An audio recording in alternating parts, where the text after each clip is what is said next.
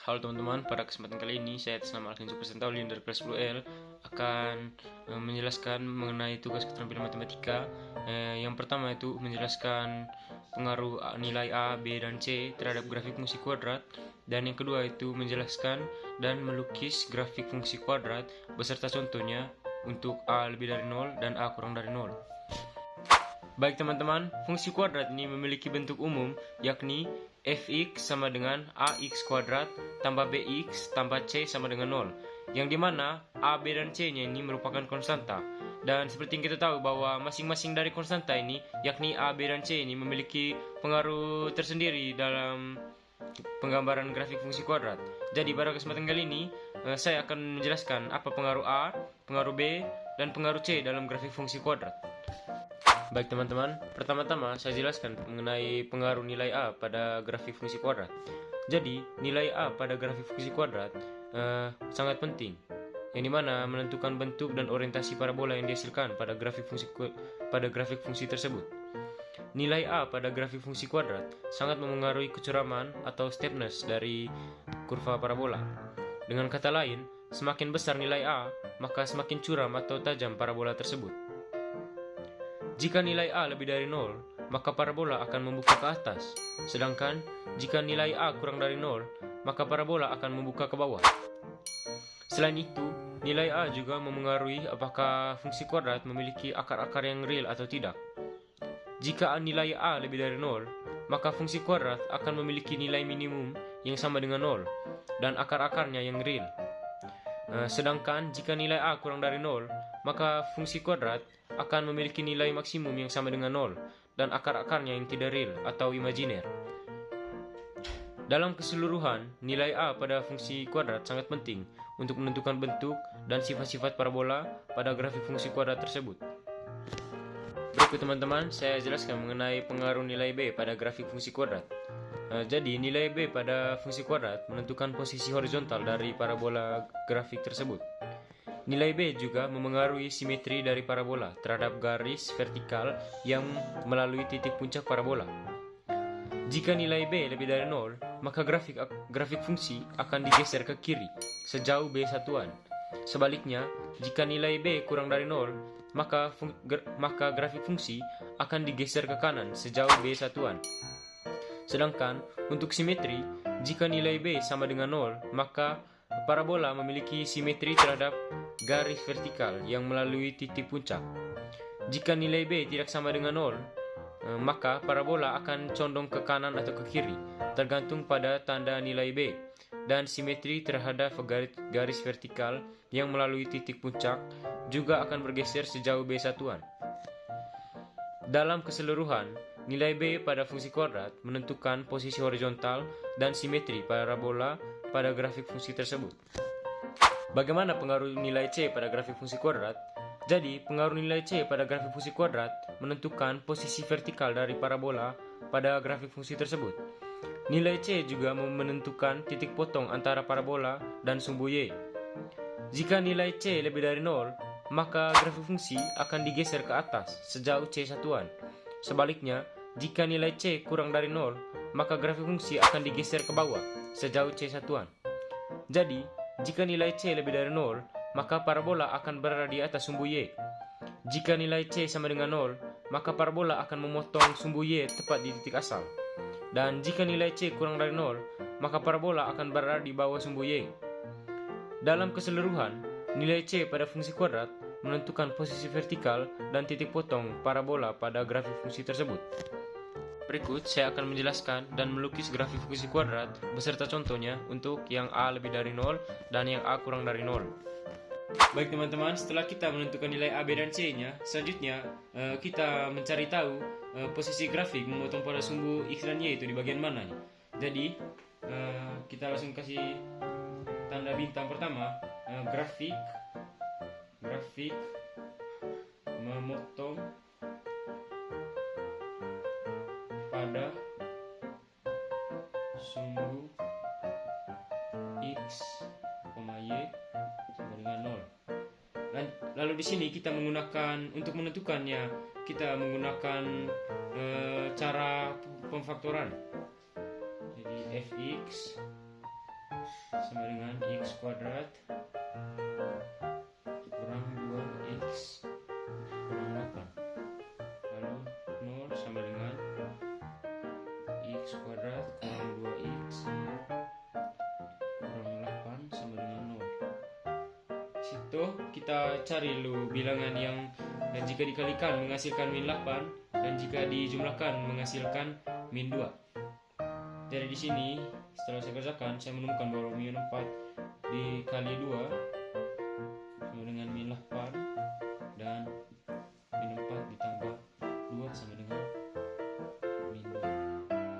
Lalu setelah itu langsung saja kita masukkan sama seperti proses pemfaktoran.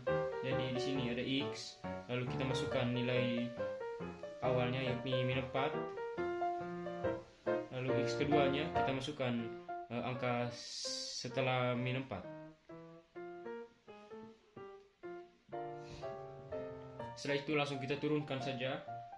Ini saya langsung skip saja, jadi x sama dengan 4. Itu x sama dengan min 2. Ini min 2 karena dari posisinya awalnya positif, kita ubah ke ruas kanan menjadi negatif. Lalu kita langsung dapat di sini bahwa 0 dan sininya min 2,0. Baik teman-teman, setelah kita menentukan titik potong dari sumbu x, selanjutnya kita menentukan titik potong dari sumbu y. Jadi di bidang kedua, titik pot sumbu y, x sama dengan 0. Jadi di sini kita masukkan dulu yang awalnya, fx sama dengan x kuadrat kurang 2x kurang 8.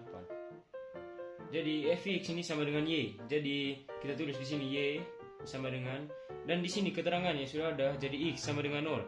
Jadi ini semua x yang ada di ruas kanan ini sama dengan 0. Jadinya hanya tersisa min 8 di dalam. Min 8. Jadi y sama dengan min 8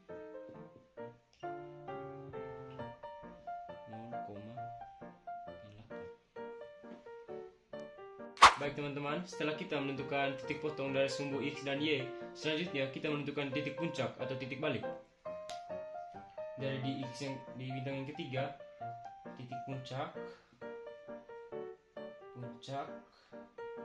atau titik balik. Jadi di sini kita menggunakan rumus P sama dengan P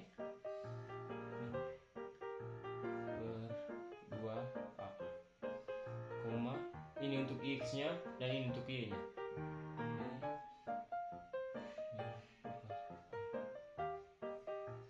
Selanjutnya kita pertama-tama kita mencari x-nya dengan menggunakan rumus ini. X sama dengan min b per 2a.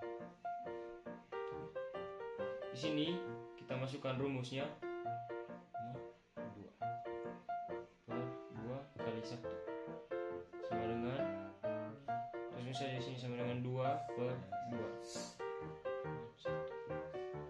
Selanjutnya kita mencari y-nya menggunakan rumus ini. Sama dengan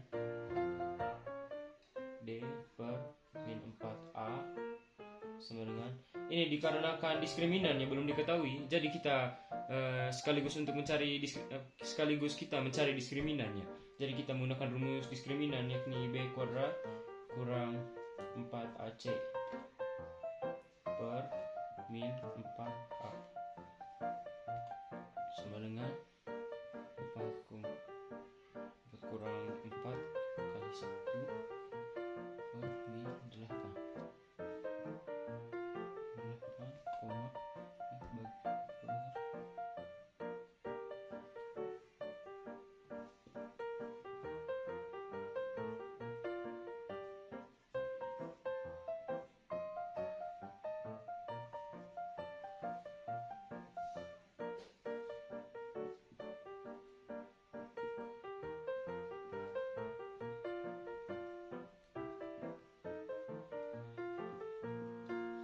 Selanjutnya setelah kita menemukan hasilnya, kita masukkan di sini jadi P dengan 1,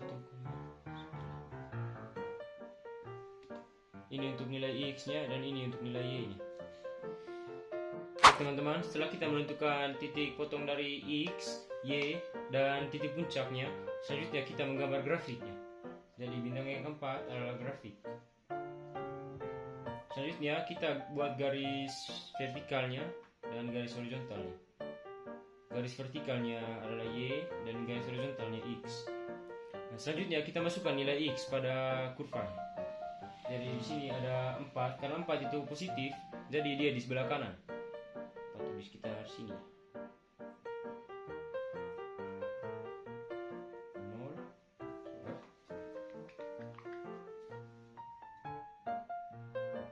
0, dan yang kedua itu ada min 2. Min 2 itu negatif, jadi dia berada di sebelah kiri.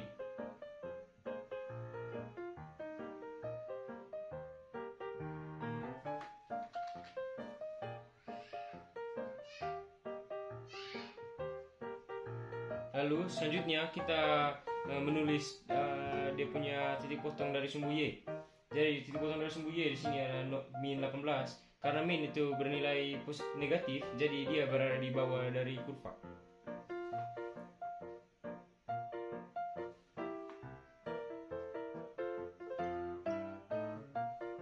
Selanjutnya kita menulis titik puncaknya. Jadi titik puncak yang pertama itu 1 itu untuk X. Jadi dia ada di garis horizontal. Jadi 1 itu di sekitar sini, itu di 1. Lalu 9 ya ada setelah min 9 ya. Min 9 ya ada setelah min 9 ya ada di bawah min 8.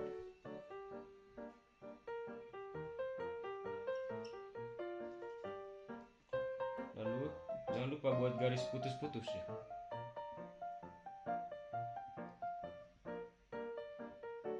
Selanjutnya kita tarik garis dari bawah, harus mengenai min 2 dan harus mengenai min 2. Lalu mengenai min 8 dan titik puncaknya yakni di sini. Selanjutnya kita tarik ke atas garisnya sampai mengenai 4. Baik, inilah grafik fungsi kuadrat dari x kuadrat kurang 2x kurang 8. Baik teman-teman, untuk soal keduanya saya menggunakan, untuk yang A kurang dari 0, saya menggunakan soal min x kuadrat tambah 5x tambah 6. Jadi bisa kita lihat di sini A nya kurang dari 0 yakni min 1. Jadi pertama-tama kita menentukan nilai dari A, B, dan C nya. Jadi A sama dengan min 1, B sama dengan 5, C sama dengan 6. Lalu selanjutnya kita menentukan titik potong dari sumbu X. Jadi kita di sini menggunakan rumus pemfaktoran sama seperti contoh soal yang pertama. Di sini bintang pertama tipot sumbu X. Nah di sini kita masukkan dulu fx sama dengan min x kuadrat tambah 5x tambah 6. Lalu fx nya sama dengan y dan y nya sama dengan 0. Jadi di sini seperti 0. Ini x kuadrat tambah 5x tambah 6. Lalu bisa kita lihat di sini x kuadrat tambah 5x tambah 6. Nah di sini kita bisa lihat bahwa dia punya x kuadrat nih kurang dari 0. Jadi untuk bisa menggunakan rumus pemfaktoran, x kuadratnya harus lebih dari 0. Jadi caranya untuk merubah ini dari min 1 dari negatif menjadi positif, yakni semua ruas dikali dengan min 1. Jadi x kuadrat kurang 5x kurang 6 sama dengan 0. Karena semuanya sudah dikali dengan min 1, jadi x kuadrat min x kuadrat yang awalnya negatif menjadi positif, sedangkan yang lain setelah dikali dengan 1 menjadi positif. Lalu kita bisa menggunakan rumus pemfaktoran setelah ini. Jadi kita cari bilangan yang dikali menghasilkan min 6 lalu ditambah menghasilkan min 5. Jadi setelah saya cari tadi, saya dapatkan bahwa 1x, 6 sama dengan min 6 dan 1 tambah min x min 6 sama dengan min 5. Lalu kita buat sama seperti contoh soal pertama, bahwa x tambah kita masukkan satunya 1 dan x kurang 6. Lalu hapus saja x sama dengan min 1 dan x sama dengan 6. Jadi titik koordinatnya yang pertama tuh min 1,0 dan 6,0. Oke teman-teman, setelah kita menentukan titik koordinat dari sumbu x, selanjutnya kita menentukan titik potong dari sumbu y. Jadi di bintang yang pertama, titik potong sumbu y di mana x sama dengan 0. Jadi di sini kita masukkan seperti yang awal tadi, fx sama dengan min x kuadrat tambah 5x tambah 6. Jadi di sini tadi fx-nya sama dengan y, jadi kita di sini y. Lalu di sini kita lihat keterangan bahwa x-nya sama dengan 0. Jadi semua x ini yang ada di sini kita hapus, jadi tersisa hanya 6 saja. Jadi titik koordinat dari y ini sama dengan 0,6. Sumbu simetri yang tadi kita masukkan di dalam rumus titik puncak. Jadi titik puncak sama dengan P yang tadi kita dapatkan, kita masukkan di sini 5/2 dan 49/4. Jadi kita bisa dapat bahwa ini titik puncaknya. Lalu setelah kita menentukan titik potong sumbu x dan y dan titik puncak, kita menggambar grafiknya. Lalu di sini grafik. Kita buat garis vertikalnya dan garis horizontal. Di sini y dan di sini x. Lalu kita masukkan di sini. Pertama-tama kita masukkan x-nya. X-nya sama dengan min 1, jadi di sebelah kiri. Kita masukkan di sini min 1,0. Lalu yang kedua 6 adalah positif, jadi kita masukkan di sebelah kanan. Di sini 6. Lalu setelah itu kita masukkan sumbu y-nya, yakni 6 juga. Karena 6 positif, jadi dia berada di atas. Sekitar sini. Jadi saya hapus ini.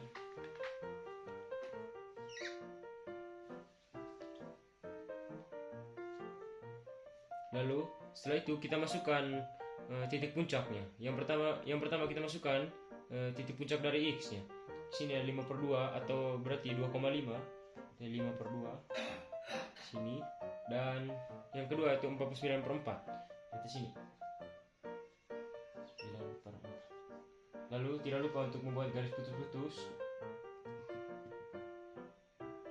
Setelah kita tulis seperti ini, kita tarik garis panjang dari min 1. Tarik garis panjang dari min 1 harus mengenai 6 dan sampai di sini titik puncak, lalu turun ke bawah mengenai 6.